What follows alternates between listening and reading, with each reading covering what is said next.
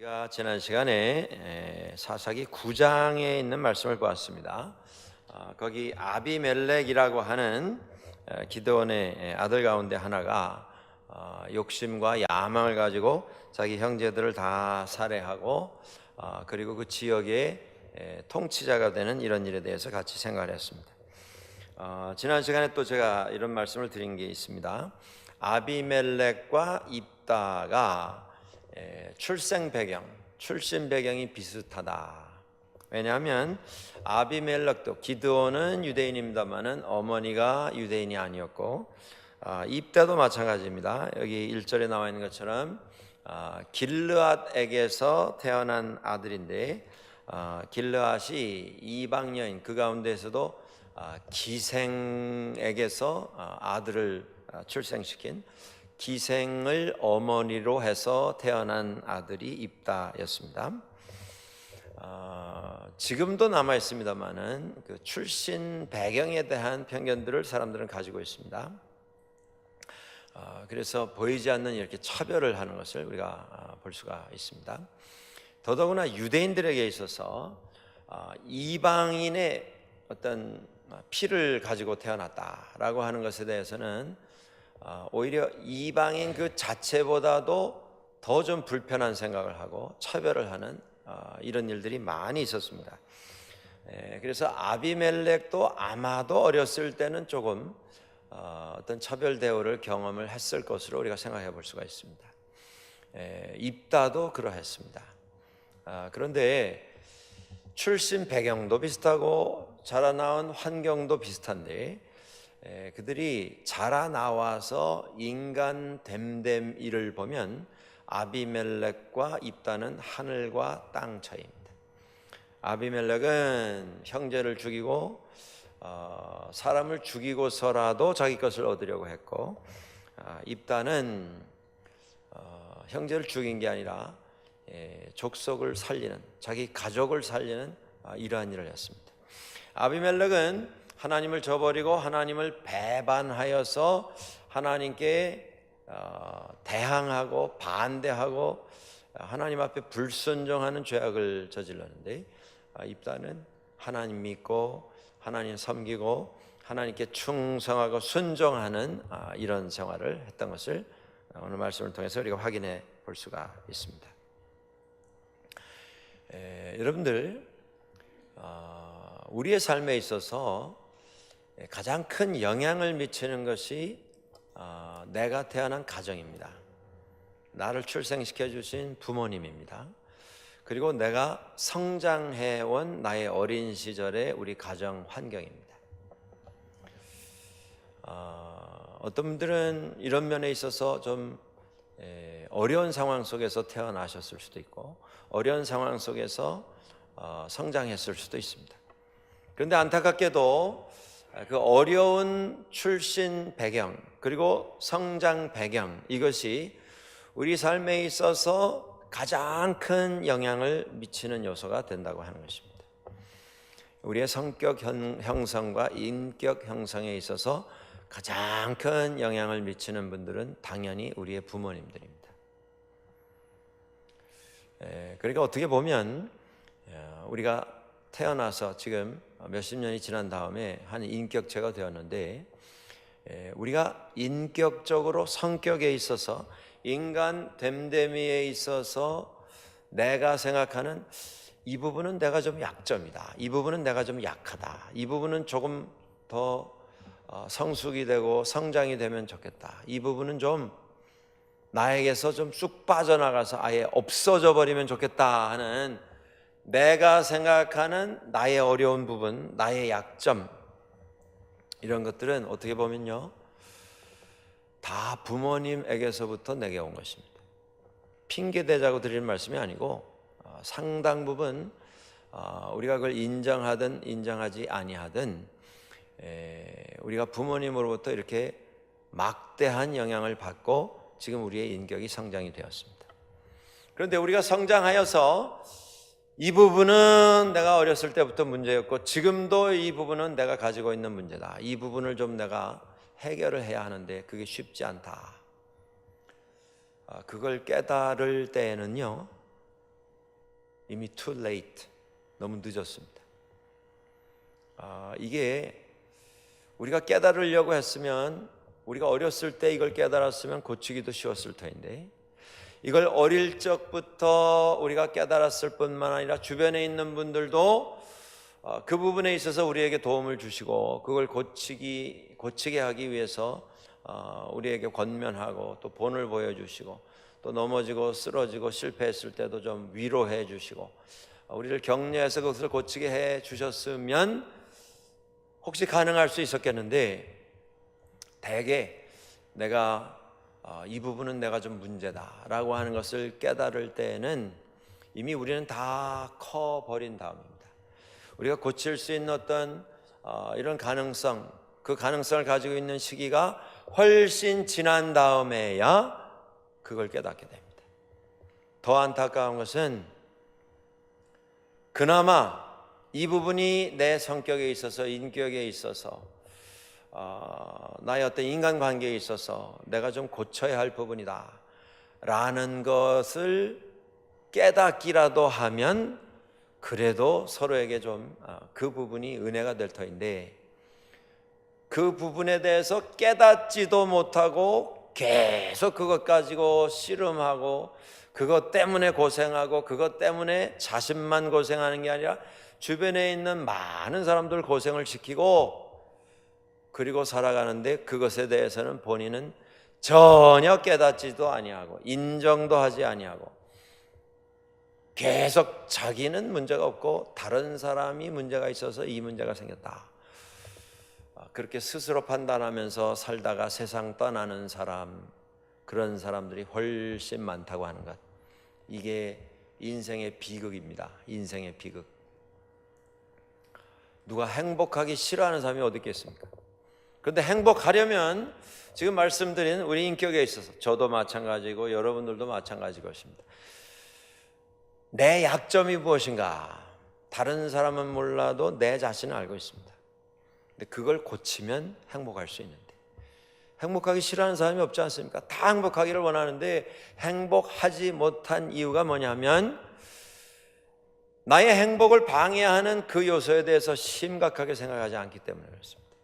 그 문제에 대해서 내가 어떻게 하든 이것을 좀 믿음 안에서 고쳐보겠다, 정말 하나님 앞에 무릎 꿇고 엎드려서 부르짖어 기도하는 이 기도의 싸움, 이것이 없기 때문에 고쳐지지 않습니다. 고쳐지지 않기 때문에 행복이 우리 삶 속에 자리를 잡지 못합니다. 행복의 조건들은 다 갖추었는데 그 풍성한 행복의 조건 속에서도 행복을 경험하지 못하고 살아가는, 이게 얼마나 안타깝습니까? 한 번 사는 인생인데, 지나가 버리면 다시는 돌이킬 수 없는 그런 시간인데, 우리가 좀 한 번 사는 인생인데 행복하게 살아야 될 거 아닙니까? 나만 행복하게 사는 건 아니고 같이 사는 사람에게 좀 행복을 나누어 주며 살아야 될 것 아닙니까? 나와 한 시대를 살아가는 사람들에게 삶의 기쁨과 삶의 재미, 정말 삶이 너무 재밌다라고 하는 이런 삶의 선물을 우리가 남들에게 좀 제공하면서 살아야 될 것 아니겠습니까? 그런데 그렇게 하지 못하는 게 왜냐하면 내게 문제가 있기 때문입니다. 다른 사람에게 있는 문제, 그것 때문이 아니고 내가 문제를 가지고 있기 때문입니다. 그런데 그 문제가 있다고 하는 것조차 생각조차 하지 아니하고 살아가다가 평생 그냥 그렇게 인생 끝나는 경우가 너무 많다고 하는 것입니다. 우리 삶의 환경에 있어서 말씀드린 것처럼 가장 근본적이고 기본적인 영향은 우리 부모님에게서 왔습니다. 그런데 그걸 깨달을 때에는 이미 너무 시간이 많이 지나버렸습니다. 그런데 우리가 아비멜렉에서 보고 입다에게서 봅니다. 뭐냐면 우리의 출신 배경, 우리가 자라나온 환경, 그것이 다른 사람에 비해서 조금 열악한 상황일 수 있겠습니다. 아니, 많이 열악한 상황일 수 있습니다. 그러나 그것이 우리의 삶을 고통스럽게 살아야 하는 운명적인 요소는 아니라고 하는 것입니다. 입다도 똑같은 환경, 아비멜렉과 똑같은 지금 여기 우리 본문에서 보지 않았습니까? 형제들로부터 쫓겨났습니다. 그런데 그는 그 쫓겨난 것이 삶의 상처가 되어서 영원히 원한을 품고 분을 키워가다가 어느 순간인가 내가 받은 그 모욕, 멸시, 천대, 차별 대우, 그것을 한 번에 다 되갚아 버리리라. 복수를 꿈꾸다가 복수국을 벌이는 그런 인생을 살지 않았습니다. 우리 배경이 더 아름다웠다면 삶이 조금 쉬웠을 수는 있었겠습니다. 그러나 입다는 그것이 그의 인생을 망치는 그런 조건이 되도록 하지 않았습니다. 그는 여전히 하나님 열심히 믿었고요, 하나님께 충성하고 순종했고요, 믿음을 가지고 삶을 조절을 하고 삶을 규모 있게 만들어갔습니다. 이게 우리가 입다에게서 배워야 할 교훈입니다. 주변의 환경, 상황, 이거 핑계 삼아서 그것 때문에 나는 이렇게 됐다, 그걸 이유로 해서 내 삶을 그냥 포기해버려서는 안 됩니다. 삶은 결단하는 자에게 주어지는 기회입니다. 삶은 하나님 앞에서 결단하고 하나님 앞에서 하나님 앞에 헌신하기로 결심하는 자에게 하나님께서 허락해 주시는 무궁무진한 가능성입니다. 이걸 기억하십시오. 지나간 시간에 지나가 버린 그 긴 세월 속에서 내가 알지 못한 채 내게 깊은 상처를 남긴 그런 일들이 있을 수 있습니다. 뭐 돌이킬 수가 없는, 내가 알기도 전에 이미 내 속에 깊이 흉터가 남아버린 이런 삶의 흔적들이 있을 수 있습니다. 그러나 돌아갈 수도 없고 돌이킬 수도 없는 그것이 앞에 남아있는 나의 미래를 점령하고 조절하는 내 삶의 주인이 되지 않도록 우리가 해야 합니다. 그게 어떻게 가능한가? 우리 삶을 하나님 손에 맡겨드릴 때 하나님께서 우리에게 새로운 가능성을 열어주십니다. 입다가 여기 나와 있는 대로 길르앗의 아들로 태어났습니다. 그런데 아버지가 계실 때에는 그나마 아버지의 보호 속에서 집안에서 이렇게 지냈는데, 아버지가 세상 떠나고 나니까 형제들이 규합을 해서 그곳에 있는 또 지도자들, 그 마을에 좀 어른 되는 분들, 이분들이 다 한 통속이 되어서 입다를 집에서 쫓아냈습니다. 다윗처럼 그가 홈리스가 됐습니다. 사울 왕에게서 미움을 사가지고 쫓겨났는데 다윗이 뭘 잘못해서 쫓겨난 것입니까? 다윗이 사울에게 무슨 불이익을 제공했기 때문에 사울에게 미움을 산 것입니까? 다윗은 잘못한 게 아무것도 없습니다. 그런데 미움을 사고 죽음의 위협에 시달려야 했습니다. 사람이 이런 상황에 내몰리게 되면 분을 품게 됩니다. 공의의 하나님께서, 정의의 하나님께서 반드시 이 일을 계산하셔서 내 원수를 갚아주실 것이다, 믿는 사람조차도 그렇게 생각하기 쉽습니다. 입다가 그런 상황에 내몰렸습니다. 잘못한 것이 없습니다. 그냥 출신 성분에 대해서 사람들이 판단한 것입니다. 너는 기생의 자손이기 때문에 너희 아버지 집에서 유산을 받을 수 없다. 뭐 보기가 싫으니 우리가 이렇게 준비해서 줄 테니까 이것 가지고, 이 자금을 가지고 다른 지역에 가서 정착해라, 그것도 아니고요, 아예 너는 우리 집안에서 어떤 유업을 받을 자격이 없다. 빈손으로 내쫓았습니다. 그가 나가서 떠돌이가 됐습니다. 떠돌이가 되고 형제를 피하여, 단순히 형제를 떠나서가 아니고 핍박이 있었습니다. 대단한 차별 대우가 있었습니다. 그 형제들을 피하지 않으면 어떤 상해를 당할 수도 있는 이러한 상황이었던 것 같습니다. 그래서 형제를 떠나서가 아니라 피해서 다른 지역으로 나아갔습니다. 돕 땅에 갔는데 그곳에 갔더니 비슷한 형편의 사람들이 입다의 소식을 듣고 거기에 몰려들었습니다. 다윗과 비슷한 상황입니다. 여러분들, 다윗이 도망갔습니다. 사울에게서 광야로 나갔습니다. 이슬을 먹고 서리를 맞으면서 살았습니다. 들판에 나가서 먹을 것이 없어서 굶주려야 하는 상황이 되었습니다. 그런데 다윗의 소식을 듣고 여기저기서 사람들이, 떠돌던 사람들이 모여오지 않았습니까? 입다에게도 여기 나와 있는 단어가 잡류가 모였다. 그저 잡다한 떠돌이들이 거기 모여들었습니다. 그런데 자, 이렇게 되면 우리가 9장에서 보면 아비멜렉이라고 하는 사람에게도 잡류가 모여들었습니다. 근데 그 잡류를 모아서 아비멜렉은 무엇을 했습니까? 사람 죽이는 일을 했습니다. 사람 잡는 일을 했습니다. 자기 형제 70을 칼로 쳐서 다 죽였습니다. 근데 입다는 자기에게 몰려온 그 잡류, 정확한 출신 배경이 밝혀지지 않은 여기저기서 학대를 당하고 차별 대우를 받고 불공정한 대우 때문에 상처받고 분을 품고 떠돌고 있었던 사람들을 모아서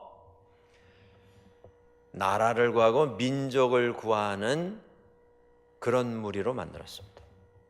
여러분, 우리 삶의 상황이 우리에게 협조적이고 모든 조건이 우리에게 흡족한 것이면 삶을 살기가 쉬울 것입니다.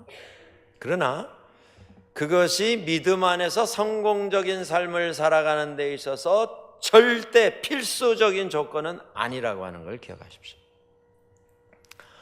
입다는요, 출신 성분부터 사람들보다는 불리한 조건이었습니다. 태어나면서 불리한 조건이었고 자라나면서 계속 눈치를 받아야 했습니다. 형제들로부터. 그리고 좀 컸을 때 집에서 쫓겨났습니다. 도망가야 했습니다. 분에 분이 더해지는 그런 상황입니다. 이렇게 되면 분노라는 게 생깁니다. 그리고 이런 분노를 가지고 성장한 사람은 폭력적이 됩니다. 그래서 막 이제 남을 치는 일하고 상하는 일하고 감정을 조절하지 못해서 사람을 많이 아프게 하는 이런 일들을 우리가 많이 보지 않습니까? 세상에서도. 그런데 게다가 비슷한 형편에 있는 사람들이 주변에 몰려들었습니다. 혼자가 아닙니다. 잃을 것이 없는 거친 사람들이 모였을 때에 폭력 집단이 만들어지기가 쉽습니다. 그런데 이 불황자들을 모아서 군사적으로 어떤 능력을 갖춘 그런 무리를 만들었습니다. 입다가.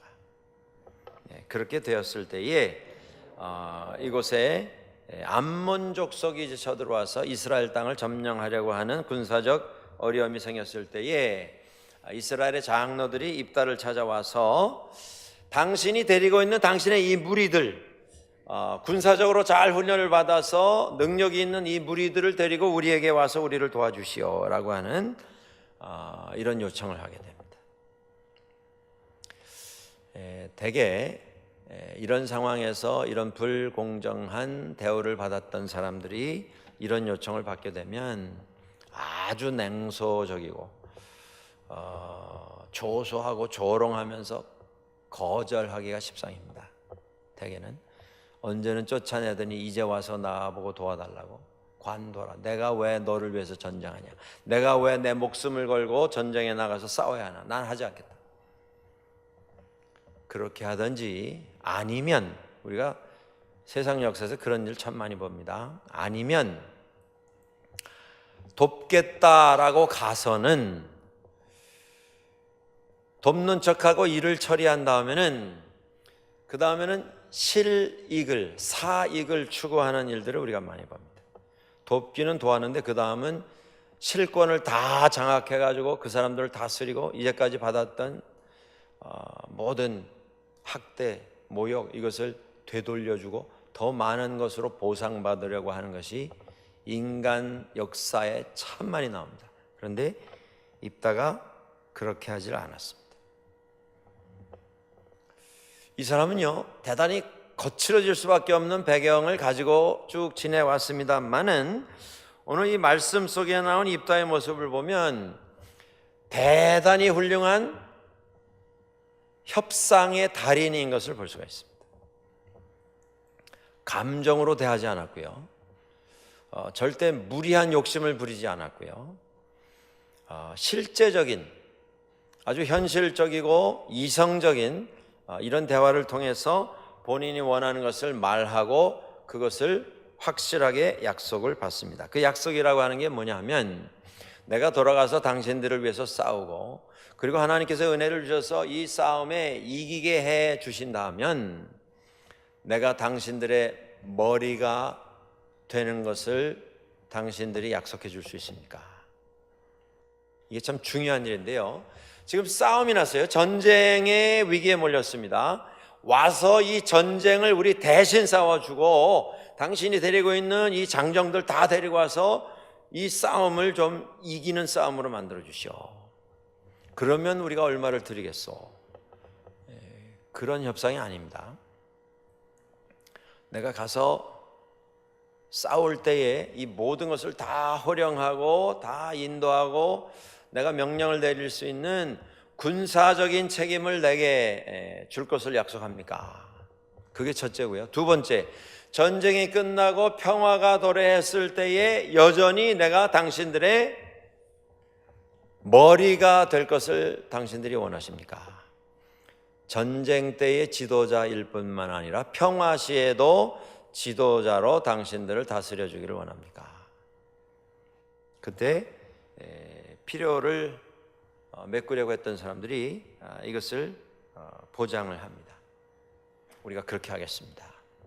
자, 여기 보시면 물론 이제 7절에 보면 나를 쫓아내더니 환난을 당했다고 해서 내게 왔느냐 그렇게 이제 항의는 합니다만은 그 다음에 10절에 보시면 길앗 장로들이 입다에게 이르되 여호와는 우리 사이에 증인이시니 입다 당신의 말대로 이 싸움의 사령관으로 우리가 당신을 받아들일 뿐만 아니고 싸움이 다 끝나게 되었을 때에도 우리의 지도자가 되어 줄 것을 하나님 앞에서 우리가 약속하겠습니다. 이렇게 약속이 만들어지게 됩니다.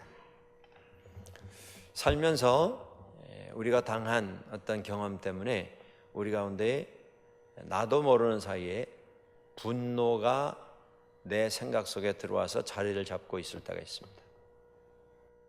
인간이기에 어떤 상처 속에서 분을 우리가 품을 수 있다고 하는 것입니다.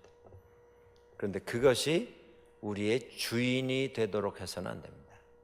입다처럼 얼마나 이때다 내가 보복을 하겠다 싶으면 얼마든지 할 수 있었던 상황입니다만은 그는 그렇게 하지 않았습니다.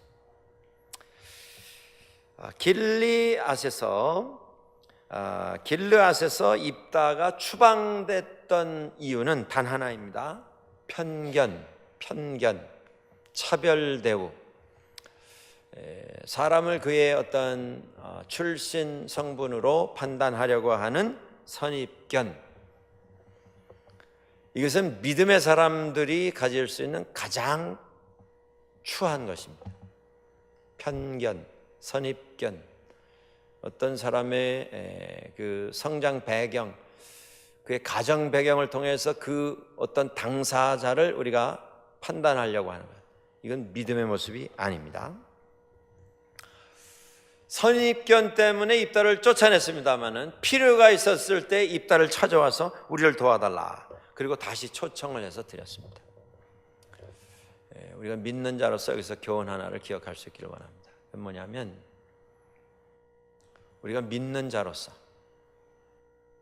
처음부터 우리 주변에 있는 입다와 같은 삶의 조건을 가진 사람들에 대해서 우리가 처음부터 은혜를 가지고 대하고 그의 집안 환경과 배경과 그의 출신 성분, 그것을 다 우리가 믿음 안에서 품고 은혜로 그를 대해서 처음부터 뜻을 같이 하고 같이 섬길 수 있었다면 얼마나 더 좋았겠는가라고 하는 것입니다.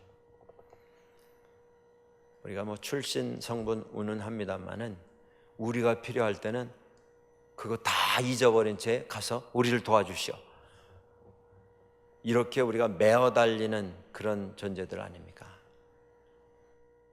그렇다고 한다면 처음부터 우리가 믿음을 가진 자로서 은혜를 가지고 사랑을 가지고 주변에 있는 수많은 입다들을 좀 품어서 우리가 함께 주 안에서 하나가 될 수 있다면 그것이 하나님 기뻐하시는 일이고, 그것이 세상으로부터 칭찬을 받는, 세상을 향해서 믿음의 사람들로서 무엇인가 도전을 선물할 수 있는 이런 삶의 모습이 될 것입니다.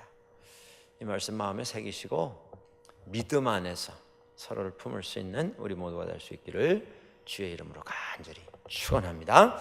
우리 같이 한번 소리내서 기도하겠습니다.